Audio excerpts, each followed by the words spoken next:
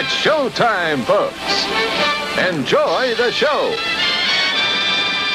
Welcome to the Next Reel's Saturday Matinee, our weekly show where the Next Reel team gets together to talk about movie news, new trailers, weekly list challenges, and fortunately more. I'm Rob Tomasco from the Marvel Movie Minute. Today, I am thrilled to have with us star of Ear and Screen, Mandy Kaplan. Mandy, how are you? I love that intro. I'm better now. I did a little bit of homework. I just tried, you know. Welcome. So glad to have you here with us today. I have a question for you. For me. Yeah. Yes.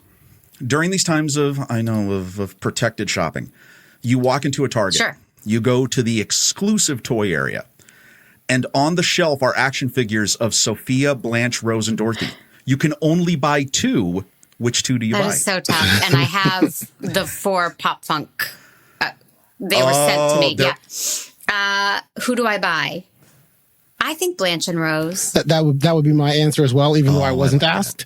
Okay, you know, because I think with Rose being Betty White, I figured that action figure is going to be worth the most when I trade it out when I sell it later. And Blanche, because I just like the character of Blanche. Blasphemous to sell Rose. Oh. No. I'm not talking to Ocean the rest of the podcast. Oh, no. Mm-hmm. Well, without further ado, our other guest today, Ocean Murph. Ocean, welcome. Thank you. Hello, everybody. I am the star of nothing. So, yes. That is not true at all. I have a question for you. Okay. Blanche and Rose. With the upcoming, with the upcoming football season upon us, what will the Portland Steelers be up to? Well, the Portland Steelers are not. This is a Pop Warner team that my son is on, and we are not playing. Our season has been canceled. So they will be up to the showers and maybe watching some NFL. And I think they're still going to try to do Division I college, but I would be a little surprised if they finish that season. See, every time you ask, now I did a little bit of research and then I asked that question, and I thought to myself, well, I hope the answer is positive. Yeah. It's positive that there's not going to be a season. What position does he play? He's a wide receiver and defensive back. Nice. Both ways. Oh, very cool. Yeah. Well, I was just happy to see the connection of the Steelers and Portland. You wouldn't expect to see that? No, you would not. The organization was started with that, so we have Steelers gear everywhere, so people assume we're big fans of the Pittsburgh Steelers, which is fine because they were the team of my youth. So we're nice. Wakanda forever!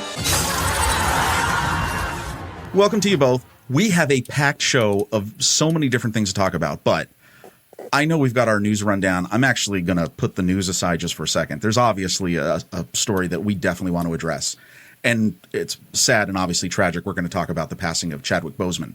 I don't know what to add to this. I have one thought, but I just wanted to put it out there for you guys. Over the course of the weekend and everything with all of this, any thoughts to add to what's already been said? I don't have too much to add that's additional to what has been said. I think that his passing is sad in, not only the regular human way, but also sad in terms of, from entertainment value, in terms of not only the main one, of course, which is the Black Panther movie, which we can talk about at length as well, but also that his star was on the rise and he was becoming more and more of a, not only a mainstream known actor, but then, possibly would be able to get more and more roles that would allow him to, stretch his acting ability and, showcase that he could do much more than either a biopic or, make up an African accent. So I think that we're from an entertainment standpoint, I think that we're missing out because of his loss. But obviously the largest tragedy is from a human standpoint that he died so young. Well, seeing all of the dedications to him and particularly kids mourning the loss of somebody they looked up to is heartbreaking. So I don't know much about it. I know who he was and his resume, but I have never seen him in anything. But I did enjoy him thoroughly on Saturday Night Live. So he was wonderful. That was a wonderful very appearance. Funny, self-deprecating, smart guy, and seemed to be such a light in the entertainment industry. So it's very sad. Well, I'm glad you mentioned that. I know we all have kids, and the pause of my reflection, I think, not just again about the loss and Ocean, you're totally right. Just the age and all of this that, obviously what he was going through. I was like, okay, how do I relate to that? Like, if I were a kid today, if I were 10 years old, what would I think? These movies that he's done, just playing the role of the Black Panther, hugely part of my pop culture, stratosphere. I go back to myself. Okay, if I was 10, that'd be 1982, and it would literally be the equivalent of Harrison Ford tragically dying, right? And if that happened, I would have been, I don't know what I would have thought, right? Because 10 years old, I'm waiting for Return of the Jedi. I've seen Indiana Jones. I have no idea what would have happened to my youth at that point. And I think of kids today, and especially when like you said, that you see them in like social media. Oh yeah, this is a huge deal for them, and it does make you think. One, just to reflect on the legacy of his short career, which again, tremendous. But then you also look back, you also try to see as well, then where do you go from here? And kind of to pivot to this is, the discussions are happening. I thought there was a story today that came out that, the tracking for Black Panther 2 was to start production in March. Right. Like that's what the schedule was. So obviously they are trying to figure out now, Ryan Coogler, everybody associated with that production is trying to figure it out. Ocean, I know we are obviously both, fans of the MCU. Andy, you may have seen, different movies and stuff with this. Any ideas on like, what do you do in that situation? I think storytelling wise, you don't change anything. You recast the role and you move forward, right? Because the character of T'Challa in Black Panther is too important to necessarily be tied to the actor. Right, it's not that character on screen. To see a superhero on screen, the main character looks like me. That character needs to be there. And so I think that of the two obvious options are to it's comic book, so you can kill them off and go a different direction and have someone else be the main character, or you just recast them similarly to how they've done James Bond for years, right? And that the character needs to continue and live on in those stories. And there's a wealth of stories from the source material on Black Panther to keep that going and to move that forward. I think you obviously have either a nod or some way to acknowledge that you've passed the torch to another actor in some fashion, whether it's before the movie or in the end credits or whatever. But at the same time, I feel very strongly that you should recast the character and then keep those stories going, because the stories and what the Black Panther superhero means is even more important than letting it die off, for a great tragedy of an actor, but the character should not die off in that way.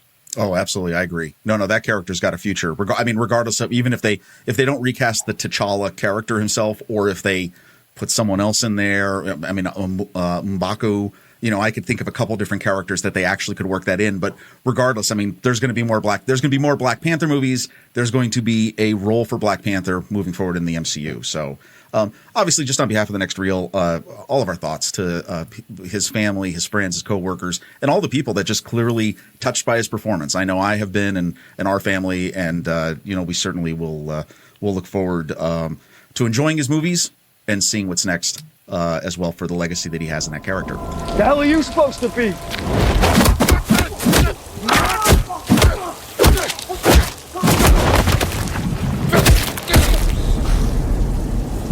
I'm vengeance.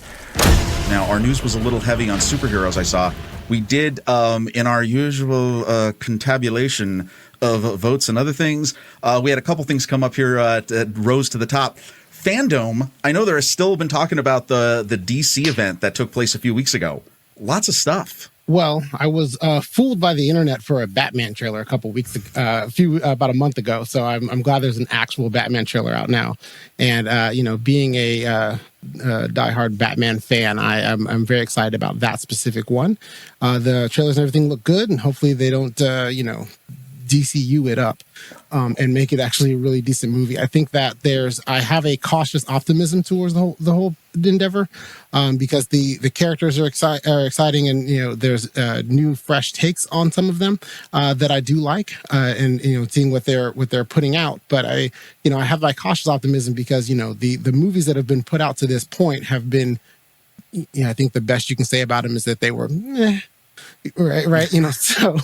So I'm hoping that this Batman one comes out, that it's great. The Wonder Woman 1984 trailer looked pretty good as well. So I'm looking forward to those and hoping that those those two movies can help them start moving more towards, a something closer to what Marvel has done, a real successful universe of movies that you actually then want to see them and then see what happens next. I'm less optimistic about Flash, but the other ones I think look pretty good. Is Betty White in any of these upcoming titles? Oh my God. Is she Batman? She might be in Wonder Woman 1984. There's a weird Shady Pines segment where they go. It's a dark, dark place you went to, my friend. No, I, as everyone knows from the next reel, I am not a superhero movie watcher, so I don't know what FanDome is, and I don't know the difference between DC and Marvel, and please don't hate me. We will not hit you. We will educate you. Yeah, exactly. So FanDome was like their fan event that was a really well produced. It was an all day event on a Saturday. It happened on, I think, August 22nd, and they just did a great job. I mean, it was like Comic-Con online, but online and produced so much better than Comic-Con did it back in July. Right. So everyone's learning. People are learning in this world now how we make these things work. And it was just great. I mean, the big things was the Wonder Woman trailer. We learned more about the Suicide Squad, the Zack Snyder, if you know, Justice League. There's going to be a re-release of a revised Justice League on HBO Max sometime in 2021. And then the Batman trailer with Robert Pattinson, which there's no vampires or werewolves or anything in it at all. Sure. Right. No proof yet. Yeah. Just when I thought I was out, they pull me back in.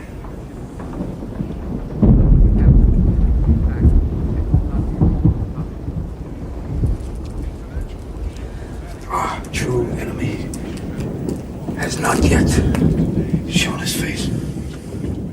All right. Well, we'll switch gears. So here's some interesting stuff. Speaking of recutting movies, there's a story about Francis Ford Coppola has a new cut of The Godfather Part 3. Why? Yeah, what? I did not see saw this that article. and I went, yeah. What happened? Like, I mean, Godfather Part 3, if you've seen The Godfather Part 3, it's not the best of The Godfather. Is he cutting Sophia out? Wasn't she in that one? Apparently. She was not good. There's going to be some editing that's going to take place. But yeah, I mean, I thought that was just totally random. And I think they talked about this maybe a few weeks ago, the news about Sylvester Stallone. He's going to recut Rocky 4. Yeah. Like there's all this. Look, what's amazing what these times do. What's that? That's the best news ever. Yes. Yeah. I'm all in Rocky 4. Recut, redo. No robot? Yeah, honestly, I'm persuaded that I think the robot should stay. I've seen both pro and con on the robot, and so I know that the news has come out where Stallone has announced that he's not going to have the robot in the movie, and so in the new director's cut that he's making for the 35th That wasn't anniversary. a joke? The robot in Rocky? That's not a joke. No, that's not a joke. He's going to take the robot out. So, but I think that Rocky 4 is such an over the top great kids movie. I mean, it's not like the rest of this movie is some deep dive into the psychological trauma of Rocky. It is much. It's a Cold War analog. It's fun. It has basically it's the only movie I think I've ever seen that has. I mean, what does it have? 3 training sequences, 2 fights. One death. Yeah, exactly. There's a bunch of There's a montage of him driving in a car, right? And that you're sitting there singing along with anything with flashbacks of the other movies, and then so there's so much fun here that the robot is just another silly, ridiculous thing about them, right? And honestly, I think it even lends somewhat to the character, right? Because Rocky is a fun character. He's a boxer. He's very skilled in that, but he is not bright, right? And neither is Paulie. And when they get money, one not bright person giving another not bright person a robot makes total sense. And so in the 80s, yes, it does. Yes, it does. It completely makes sense. And so I think that you lose a little bit of the charm and the whimsy of the movie by taking the robot out. So I'm definitely hashtag leave in the robot. I don't know how to follow that up. I didn't even know we were going to go there. Yes. That's the stuff that's going on. Though this is interesting too. Daniel Day Kim, Randall Park. Stories come out that they're good friends in real life. They have a screenplay that is currently in production. They're going to do a heist film. I love it. I'm very excited. Right? Well, I have a soft spot for Randall Park. I think he's just Oh, yeah. special. Such a great talent, so charming. And I am such a fan of just not colorblind casting, that's the wrong word, but, why can't a heist be pulled off led by two Asian Americans? I think it's great, sure. and they're both so charming, and I really look forward to just a diverse, fun, I love heist movies. I'm really looking forward to it. For those of you who are interested in Mandalorian, I know it's not a movie, but Mandalorian Season 2, big deals, dropping October 30th, the first episode. I think a lot of people got shocked. Yeah, October 30th. I have to text my son right now. He's going to flip. Yeah. Yes. You will get, let me tell you, if you would have told me Mandalorian Season 2 was going to begin before this election coming up, I would have been like, there's no way that's possible. We're in a crazy world now. Yeah. That's possible. So this is where we are. Well, you did just kind of blow right past this. It's really with a more Baby Yoda, right? Because the Mandalorian is really just a vehicle so I can get more Baby Yoda, right? Because that's that's child. Exactly. That's all I want. So that's Baby what Yoda he's into. It's exactly what I'm into. Everybody's into Baby Yoda, right? Yes. Yeah, he is the best character in that show, and so I'm excited about what they're going to do for a second season. And given that the Mandalorian's, the arc of him is just he's a bounty hunter that just does things. He can do things for money, so that makes it where you can go in several different directions. And so they've done a decent job of making, I guess for lack of a better term, humanizing him by having him care for Baby Yoda. But at the end of the day, I think Baby Yoda is just taking care of him because Baby Yoda's the man. Baby Yoda is taking care of all of us. He is. Yes. It's time for our trailer picks. Trailer picks. Well, I don't know if I said trailer. I'm almost like trailer parks. I don't know if I like that. I should have rethought that. It's all right. Mandy, let's begin with you. What's your pick of the trailer? That doesn't work either, but I'm going to roll with it. Yes. Okay, so it's a Disney Plus movie. I don't have more details than that, and it's called The Secret Society of Second Born Royals. And it's about as close to a superhero movie as I'll watch because I think my son would enjoy it. It seems to have a sense of magic, and I love the idea of like a secret society and finding out these people have powers and are being secretly trained. And I thought it looked very cool for us. Having a 10-year-old son makes me biased, but I thought it looked cool for the whole family. I was going to say, no, you don't have to apologize on any of that because any of us who have had children, we've all been there. Yeah. So we've all had our Disney Channel periods of life. No, this looks totally fun. I had not heard of this. I can't believe it's coming September 25th. I know. So just in a few weeks, and some new content for the Disney Channel. For Disney Plus, for those of those who are subscribers, and you should be. And I'll tell you, when I watched it, the thing I came up with was, they're just throwing a ton of cash at Disney Plus productions. Yeah. It looks fantastic. It looks good. And it's not star-studded, although these kids might be famous to other teens and tweens. But, but it's certainly not like a, Robert Downey Jr. vehicle or something. This is like, I thought it looked great. Yeah, we're using teen here in air quotes, right? Because the main actress is 29 years old. Is she? Really? It's so the answer part of it though. The director is Anna Mastro, whose work I'm not as familiar with. She has a few movies when I was reading through her IMDb here that I've seen some TV. Like she did the main one that jumps out to me is Shameless, and she directed some Unreal, which is a little show. I don't know if anyone knows about that. It was basically a behind the scenes version of The Bachelor. Of The Bachelor, yeah. So, I did know that. No, it was a great show. My wife and I binged it. And then the main star is Elodie Young, who I had not heard of as from her name, but the big thing I see on here is she's basically in a lot of different action fare. She was a lecturer in the Daredevil television show. Oh. So if you saw that, and then she had some characters in The Hitman's Bodyguard, and she's in Gods of Egypt, and also G.I. Joe Retaliation, which those are the main things that she is known for. But gotcha. Yeah. So there, it definitely looks like a great teen movie, and it's a lot of fun for the family. I can't wait to actually show it to my kids, and I also hope for you, Mandy, that it becomes a gateway drug to other superhero movies to show Don't you hold the your wonders, breath, Ocean. to show you the wonders of what that genre can bring.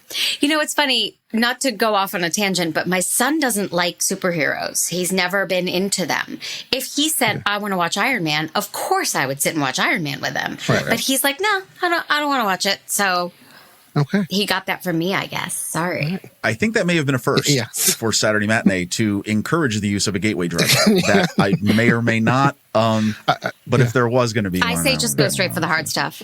Yeah. Go right for Deadpool. Don't waste your time with this Disney. So then, right? Wow. So straight That's to something Infinity I War would it is. All right. So, You go to make that a double Deadpool 2. You'd be set. That's great pick though. Again, I had not even heard this, hadn't even seen this on the promos for Disney Plus. So looking forward to this. Ocean, you are next. my movie selection is called Critical Thinking. And it is directed by and stars John Leguizamo, and also starring Rachel Bay Jones and Michael Kenneth Williams, who love his work from The Wire because he is Omar. So every time I see his name, I think Omar coming. And so the synopsis of it is obviously it's a true story about the Miami Jackson High School team. It's a chess team. They were the first inner city team to win the U.S. National Chess Championships. I find that for me, the interested in it really was, for two primary reasons. One, as much as I want to pretend I don't, I really do like watching movies that are inspirational movies that overcome adversity. Usually I watch them through the prism of a sport, but the game of chess will do for me. And one of the main reasons the game of chess will do for me is because I love playing chess. So I play it all the time. I play it online. I have online chess games going. I love playing chess. And so I'm looking forward really to watching a movie that looks like it will be entertaining, and it has the game as the focal point. It's not a documentary, and it's still interesting because usually anything chess on film is going to be, if it's a documentary, those can be somewhat interesting, but to see a real entertaining movie about this, so I'm looking forward to it. Do you love Searching for Bobby Fischer? I love that movie. I was okay with it. I saw it kind of young. I didn't feel that it focused enough on the chess. It was much more about the family dynamic. It was much more about the family dynamic and what he was going through with that, and about it felt to me more like about a brilliant mind, and kind of how you parent that and that dynamic. And it was a good movie for that. But the chess part, I think, was this. I'm hopeful that this has the chess as more of a focal point, and then also, hopefully I can learn a few things. But it's coming available video on demand on September the 3rd, and so you can rent it on iTunes then, and I'm sure there'll be other platforms that will offer it for you. Offer it at the $20 rate. That's add that to the list of things to do on this glorious, non-laborious weekend. Exactly, on Labor Day weekend, because the travel plans to France are canceled, so I might as well watch some movies. There's those passports. Yeah, no. Don't worry about that. And what got me on this was another movie I had not heard about. Love John Leguizamo. Zamo. So if I can't even pronounce his name. I've loved him since the early days of his career, Moulin Rouge. In other stuff he's done, Spawn even. Yes. There's a superhero movie, Mandy, don't sink your teeth. Yeah. Wait for the reboot. The movie's not as good as the source material. No, exactly. But you know what I love about this is one I do love. I totally have the Searching for Bobby Fischer vibe. You've also got the Stand and Deliver vibe. Those sort of different thinking in an educational setting. I loved that. Dangerous Minds, absolutely. Hoosiers. I would also say this. I was going to say The Substitute, but then I was like, no, not The Substitute. Have you ever seen The Substitute? I have not. No. 96, Tom Berenger. No. Oh, isn't that the one where he's like a contract killer or something, right? And he just it's super violent movie, isn't it? It's not Okay. Oh, that's one of the greatest scenes of words that I cannot say on this podcast because it's for sensitive. Fair enough. No, it's that I digress. Yeah. Good pick. All right, so mine. This just came out today. This final trailer for this movie hit 2 days ago because it's Saturday. Correct. It hit on Thursday. And, look, here's the deal. No Time to Die. It's the new James Bond movie with Daniel Craig. It's directed by Cary Fukunaga, who I don't think I've seen any of his work, but I know that he's Isn't he True Detective, or am I totally wrong? Oh, maybe Jane Eyre Maniac. Are you on his page? Yeah, I'm looking at that right now. For he got the Emmy, Primetime Emmy for Director of Outstanding Drama Series. True Detective. Yes, you're absolutely right. Yeah. There you go. His stuff that was so stylish and different and smart. Well, no, so I'm excited. I've enjoyed Daniel Craig. I always have loved James Bond, even as he has evolved, thankfully, into the modern world. And here's the thing. This is why you want to watch this trailer. You know what I'm in the mood for right now these days? Good nostalgia. This trailer is nothing but dripping with nostalgia. It's loaded with the theme in all the places that you want to hear it. Crazy action sequences, awesome fighting, quick one line. Like, I was like, okay, yeah, I'm in. Yeah, right now, here's what I want. I want just classic James Bond kicking the bad guys' butts with help. Let's do it. I was just very happy. By nostalgia, do you mean just rehashing everything we've ever seen in a James Bond movie? Yeah, with the theme. I mean, this trailer to me looked like everything else we've ever seen, and I was not the motorcycle coming up from the stairs and then leaping seen over. Yeah, I did it last Tuesday.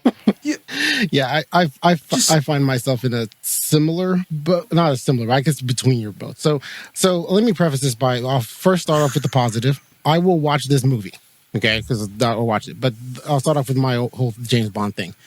I don't count any of the Daniel Craig movies as James Bond movies because I feel that they're not. James Bond movies, if you look at the Sean Connery, Roger Moore, Timothy Dalton, George Lazenby, Pierce Brosnan movies, they all follow a formula, right? There's a big action set piece at the beginning. He's going to meet a girl. He's going to sleep with that girl. That girl's going to die.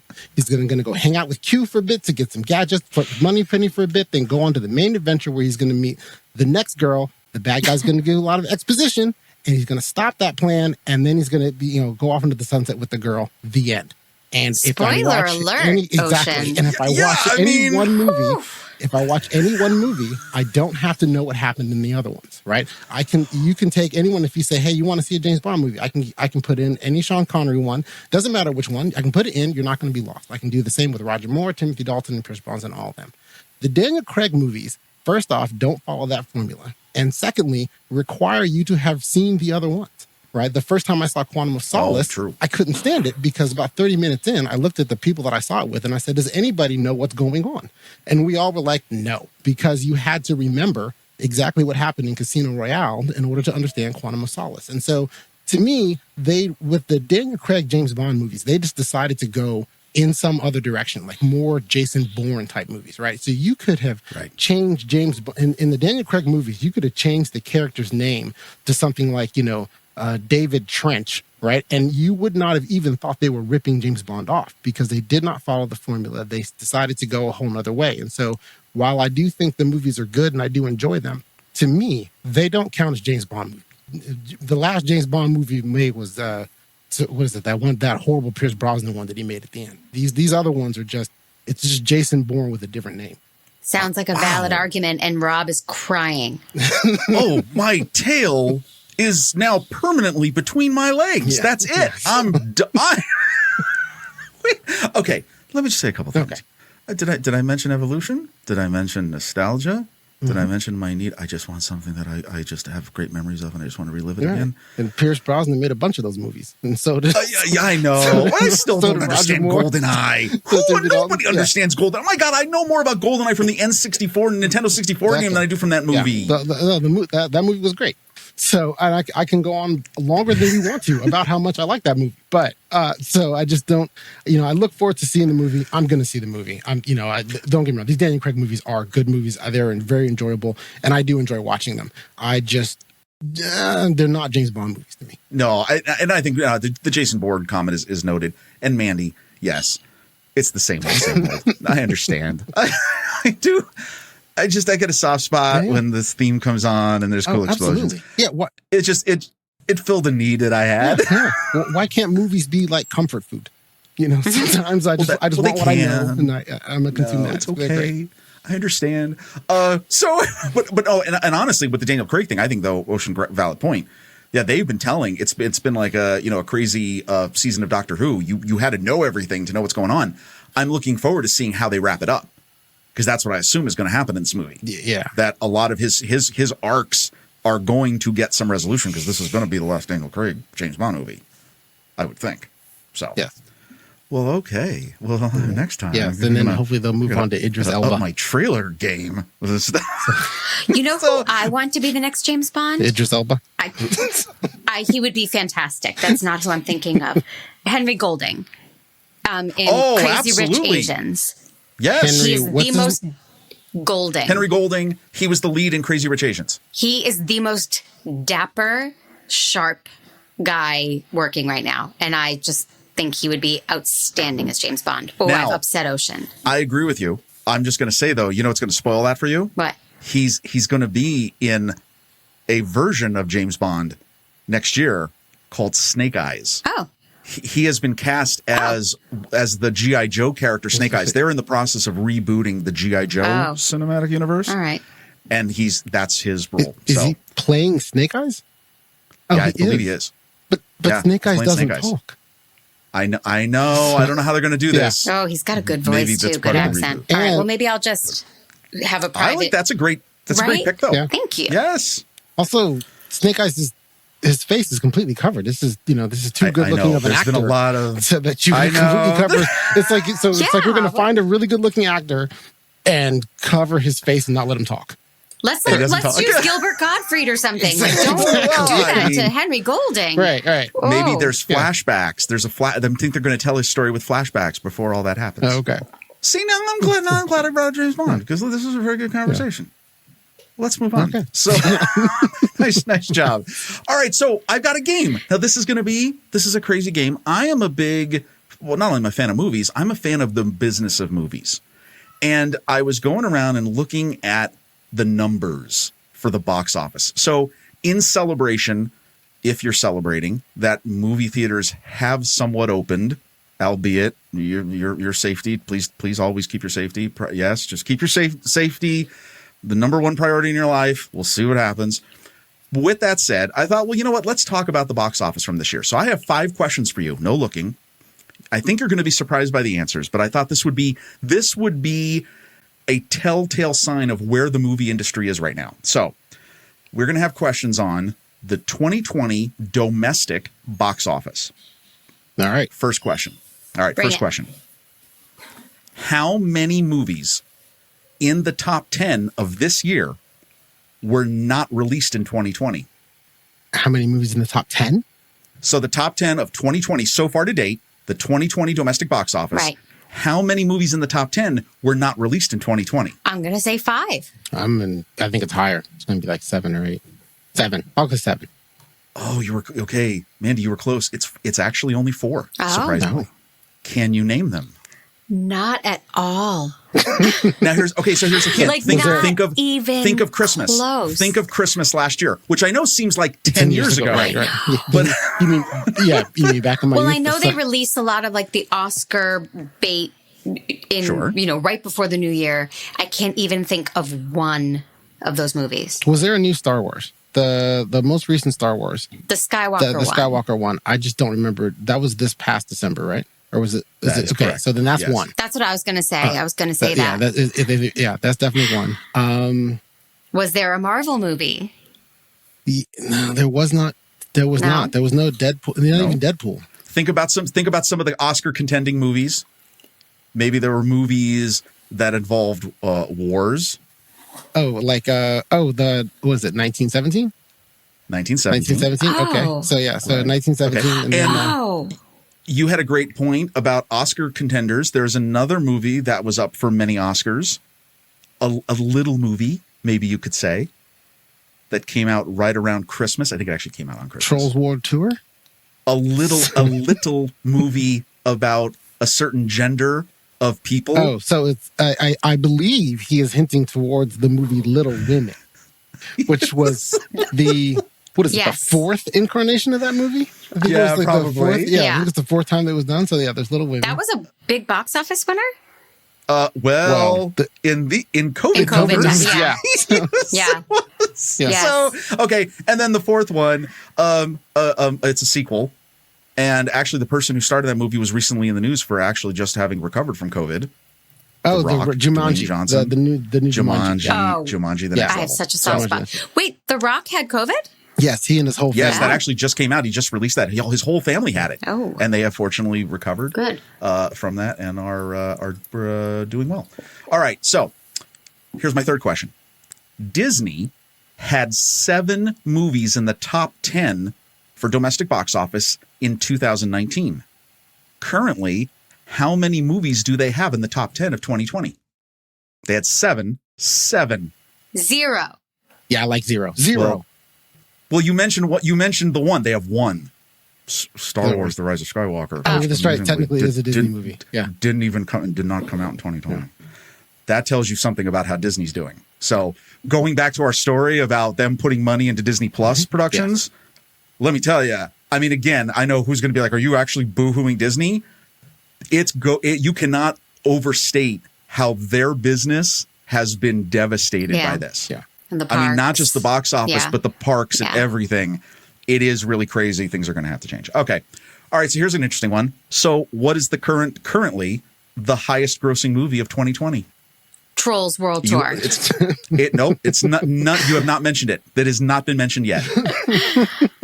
It hasn't been mentioned. It hasn't been mentioned. It's the number 1 box office movie of 2020. Yes.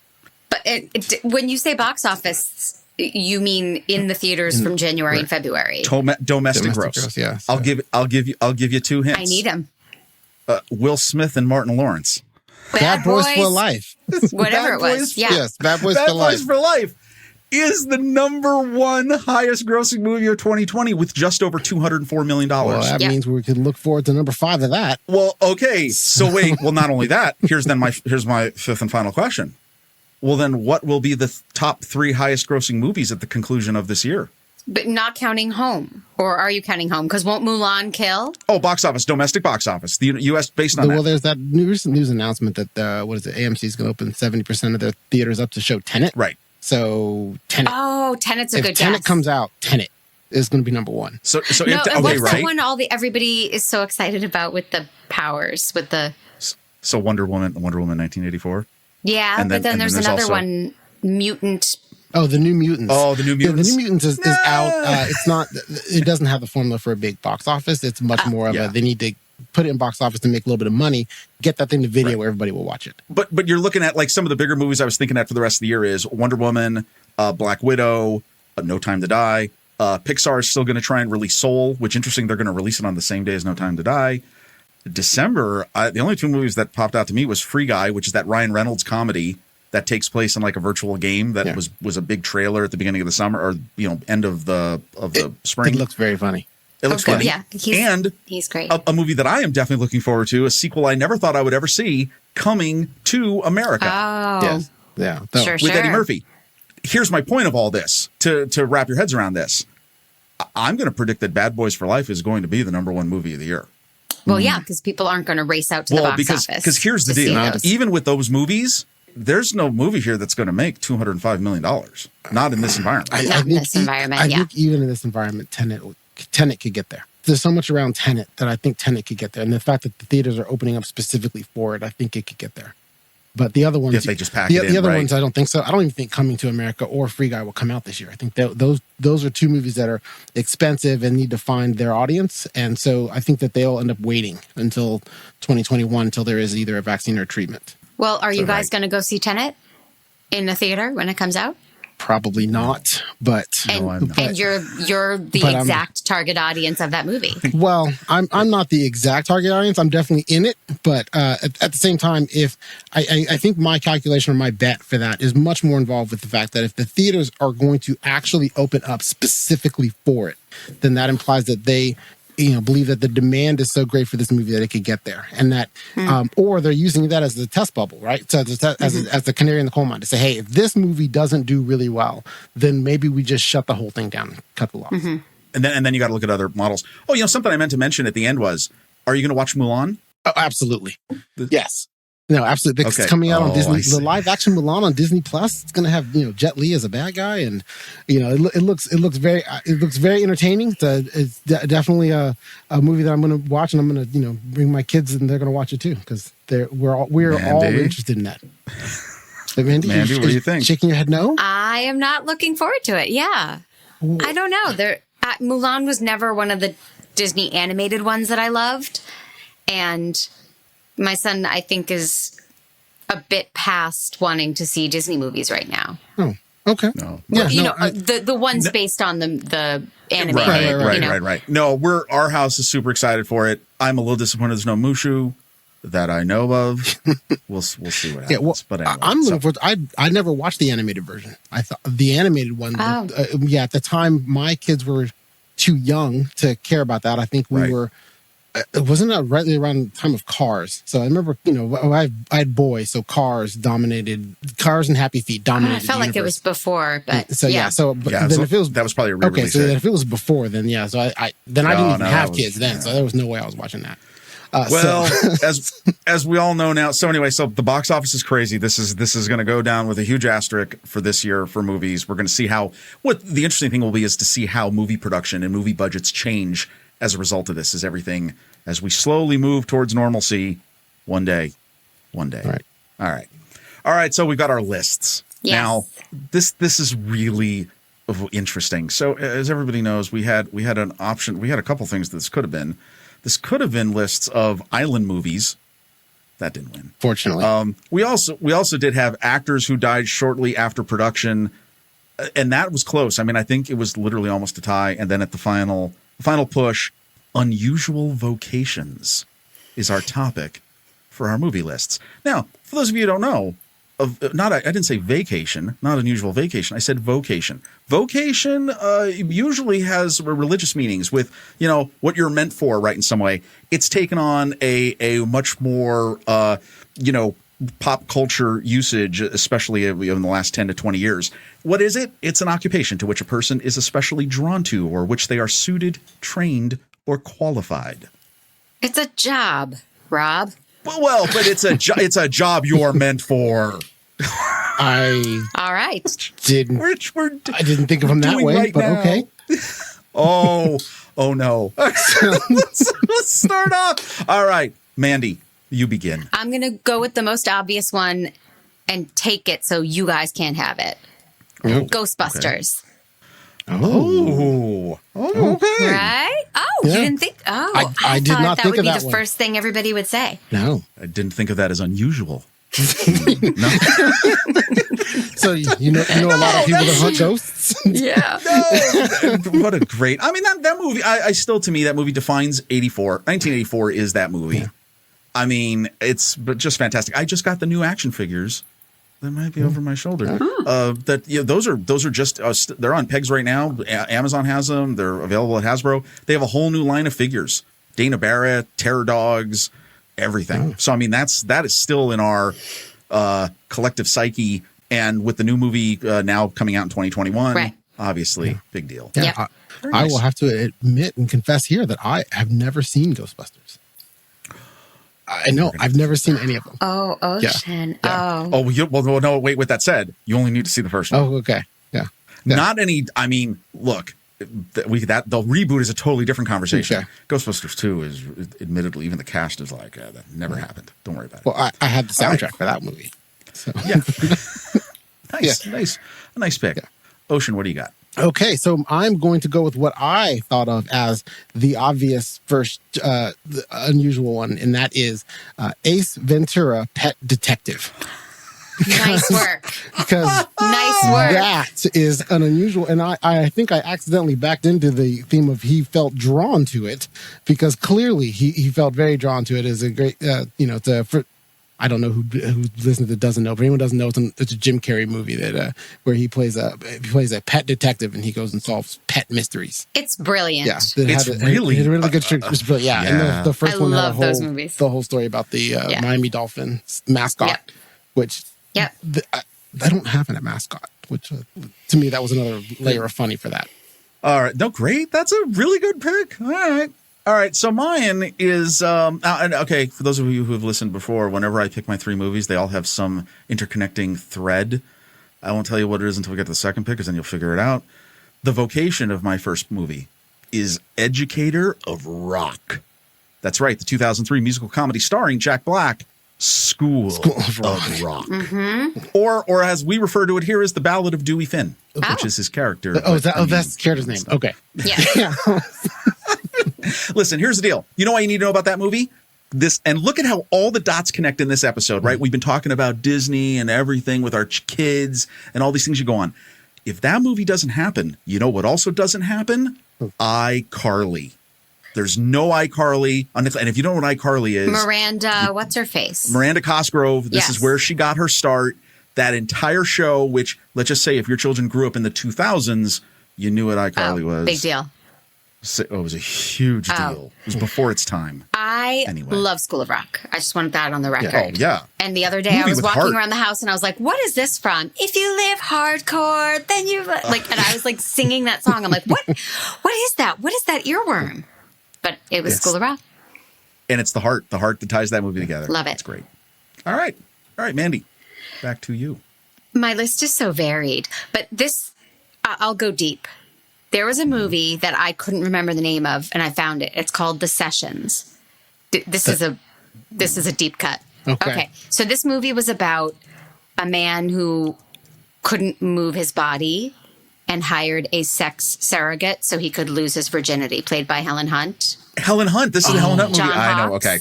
This is not a joke. Like, that movie is beautiful. It was a fantastic movie. And I just remember it. And I remember that she took her job very seriously as a sex surrogate. Yes. And not a job, not a vocation you hear about very often. No, you don't. Did I just bring it all down? I brought it all down. No, you didn't. No, are you kidding me? This show has to have some seriousness every once in a while.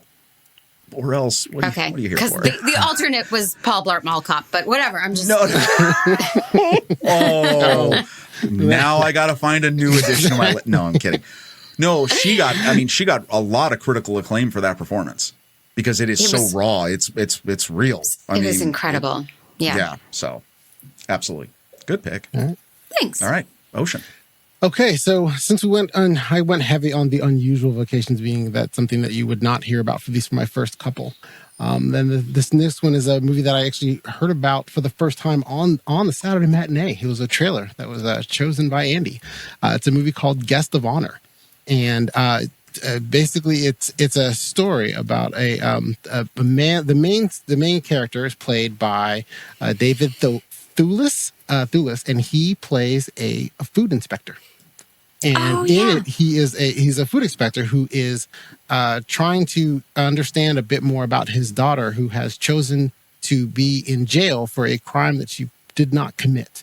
And then he wants to understand not only that, why she would do that, but then also decide to try to understand how it reflects upon him as a parent. So no, that's really good. And plus, I think I was on that episode of SatMat actually, because I remember that conversation. Because I thought to myself, well, that's Remus Lupin from Harry Potter. Yes. Interesting is that? He's Harry Potter. He's the bad guy in Wonder Woman. Turns out, which I learned it then. So then he was, So very, very another deep pick. Yes. My second pick is not as deep. The vocation is a wrestling holy man. Yes, the 2006 comedy, also starring Jack Black, Nacho Libre. Couldn't sit through it. So I couldn't. I've tried many times. Can't sit through that movie. Wait. I mean, how do you that opening sequence where it shows him as the little kid and he's taking all the stuff from like the monastery and are you not sold? No. Can I tell you this? So here's, not only am I bringing that up because of Jack Black, and it is, this is in the truest sense an unusual vocation. Do you know what's going to blow your mind about that movie that I don't know if a lot of people know? What was that? It is based on a true story. Oh. So there is actually a Roman Catholic Mexican priest by the name of Sergio Benitez. And for 23 years, he led a side hustle as a masked luchador and competed in wrestling matches to support the orphanage that he was a part of. Wow. You know what his ring name was? Macho Libre. Rey Mysterio? This is so Rey Mysterio, right? No, it was Fray Tormenta. Fray Tormenta, translated from Spanish, is Firestorm. Oh, Wow. clever. Yeah. How ridiculous is that? I had no idea it was. Now it's loosely based on a true story. Yeah. Yeah. All right, Mandy, back to you. Bring us home. Okay. So the first one that occurred to me is a rom-com starring Matthew McConaughey and Sarah Jessica Parker called Failure to Launch. And her vocation is parents of adult males hire her to fake a relationship with their adult male sons to get them to move out of the house. So she dates them, makes them feel independent, makes them fall in love with her. They move out, and then she breaks up with them and goes away. That's not a real vocation. Oh, that's a real, and that's really good. Yeah. As soon as you, okay. Yeah. Way to go. I was not interested in that movie until just now. I didn't realize that's what it was about. Now you're all over it. Now I may have to go check that one out. That was a good job. I'm happy to recite it for you after the podcast. All right. Okay. Nice pick. All right, Ocean, what do you got? Okay, so I had to dive into, as I decided to stay with unusual vocations, digging into my catalog of movies I know where the vocation is very odd. I chose 2007's Balls of Fury. And it stars Dan Fogler. Dan Fogler. As a former, down and out former professional ping pong player. And so I was like, well, I have not seen any other movies that starred professional ping pong players because Forrest Gump was merely an amateur. And so therefore... that's true. That is true. Good distinction, yeah. Yes. So therefore I chose this as if you want to see a movie where ping pong is given the respect that it is truly due, Balls of Fury is the movie for you. There you go. And you buried a sub headline in that. That movie also stars Christopher Walken. Yes, it does. Yes. So, and it's Christopher people Walken. Would go, yeah. If you've never seen this movie, you're like, wait, what? Yeah, I did kind of bury that. His role in modern times, it may or may not be for you because you look at that role and be like, maybe they should have had an actor of a different nationality performing. It is okay. The old Mickey Rooney from Breakfast at Tiffany's. Yeah. So well, okay, there we go. Yeah. Let's remind everyone the title of this movie: Balls of Fury.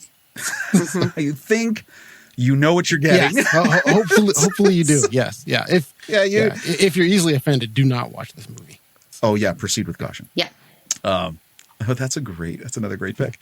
All right, so my final one. So let's see what movie starring Jack Black could involve an unusual vocation. This one's weird, and I had not seen this. I watched it specifically for this. It's the vocation is a Polka King. Oh. And what's the name of the movie? Polka King. It's the Polka King. Yeah. It's a 2018 comedy that's on Netflix. It premiered on Netflix. You can still watch it on Netflix. It tells the real true life story of a Polish-American polka band leader, Juan Levon, who basically got caught up in a Ponzi scheme all the time he was out serenading church bazaars and everything else. And Jason Schwartzman's in it. I'm going to tell you this. I missed this when it first came out, and I should have watched it. Why? Because the movie takes place near the place where I grew up, my hometown in northeastern Pennsylvania. Huh. So it actually takes place in Hazleton, south of Wilkes-Barre. I grew up between Wilkes-Barre and Scranton.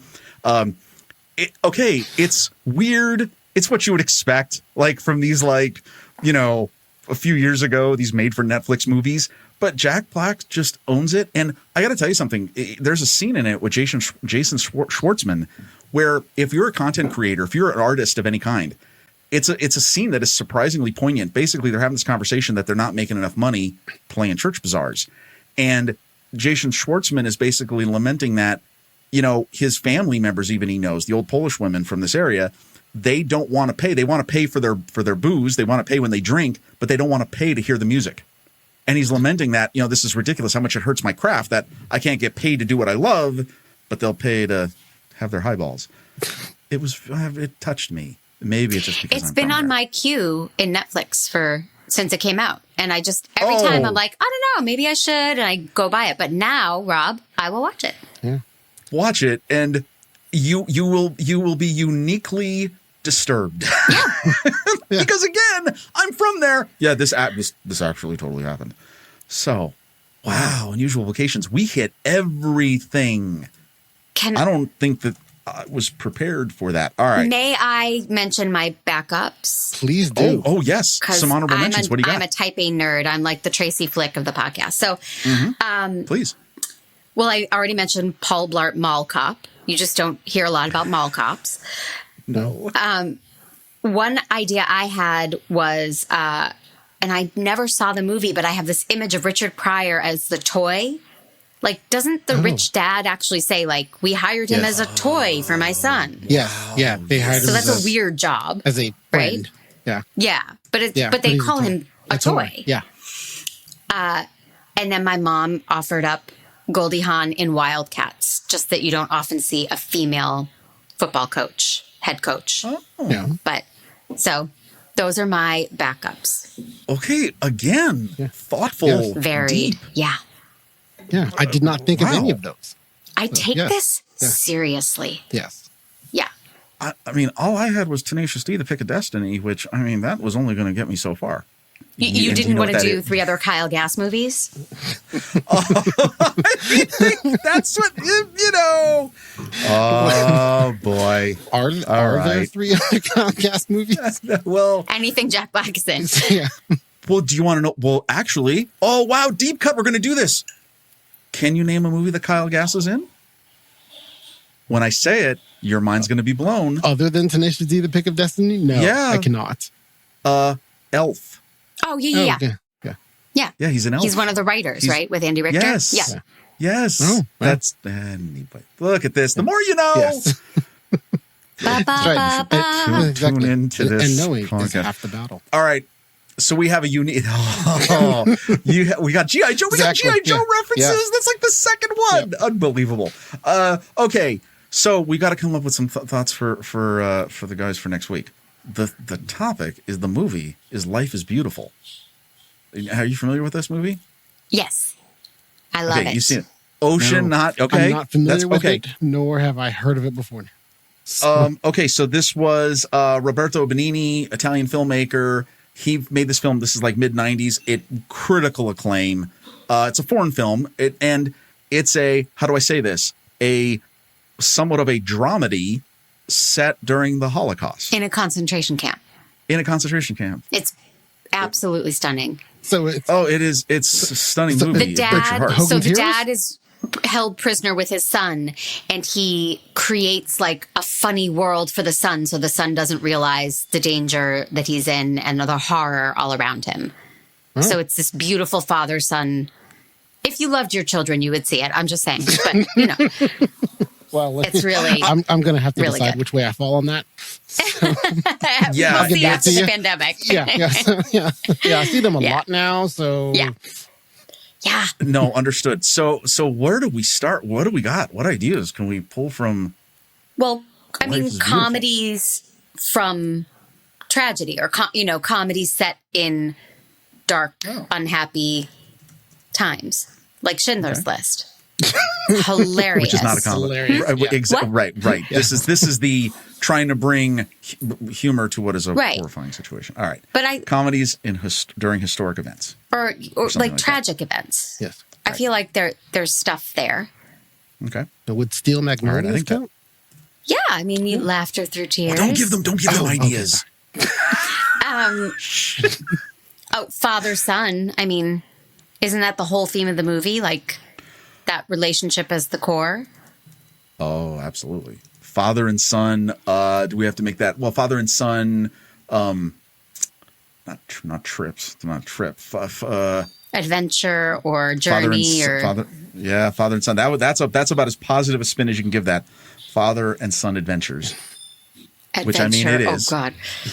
I feel bad. Benigni would enjoy that though. He would totally say that. That's not knocking the movie. How about surprise tanks? Surprise. As in the movie Tank, or as in that there's a tank that shows up in the movie? If you haven't seen the movie, that will be like, what are you talking about? Let's just say that a tank plays an important moment in the movie. I'm joking. There's no way that can possibly. I don't remember. If we hate everybody next week, we could. I can already think of 2 movies that happens in. So. Oh, see, there's possibility. Well, Tank as cast member. Oh my God, this is the kind of stuff these guys are going to kill me for, because they're going to be like, you're not taking this seriously. Is the Tank a cast member? Seriously. Well, it plays a vital role. Like, again, spoiler. I don't want to ruin anything, but there's few movies where Tank shows up and you go, oh, this is one of those movies where the Tank shows up and you go, oh. Well, I guess is the Tank anthropomorphized? Like, do they treat the tank like a person? Oh no, this is just flat out. Okay, so I know you could do something with well, never mind. If they don't treat the tank like a person in some way, then my idea doesn't work. No. No. How many do we have to come up with? I feel like we 3. just they like crushed 3. it. So we did it. We needed. So, well, okay, wait. I don't know if that was great. All right, wait. Hold on. This was the one I had thought of. I was thinking of doing the homework. Okay, and again, if you haven't seen the movie, this won't make a ton of sense, but awkward dinner waiters.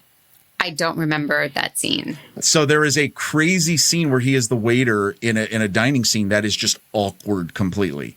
And I know that I would Tank, surprise Tank. All right, we'll kind of see. Give them like a choice between those awkward waiters. Awkward meal, right? So if you did awkward meal, awkward dinner. Oh yeah, awkward dinner meals. Yeah. There we go. Why does it have to be dinner? What do you have against breakfast? Yeah, it could be an awkward lunch.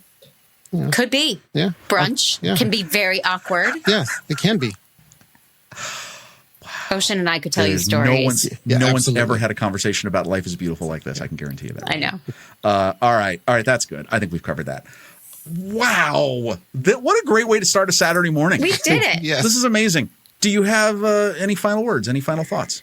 Should they rhyme? I wasn't prepared for a final thought. No, just whatever you want to know off the top of your head. Wishes for laborers, maybe. I don't know, for this holiday. Well, people to just relax, take care of their own. Yeah, I mean, what a great excuse to watch a ton of movies. Here in Los Angeles, we're in the middle of a massive heat wave. We are not supposed to leave our homes. So great excuse to watch a bunch of movies. And now I'm considering, is my son old enough for Pet Detective? But I don't think so. I think I got to wait. Yeah. I have some memories of that movie. Yeah, he might be just a bit young. A little racy. Yeah. Unless you want, the question is, how much do you want him talking out of his butt for the next few weeks? Oh, that I'm fine with. Okay. Well, all right then. He loves Jim Carrey. Yeah.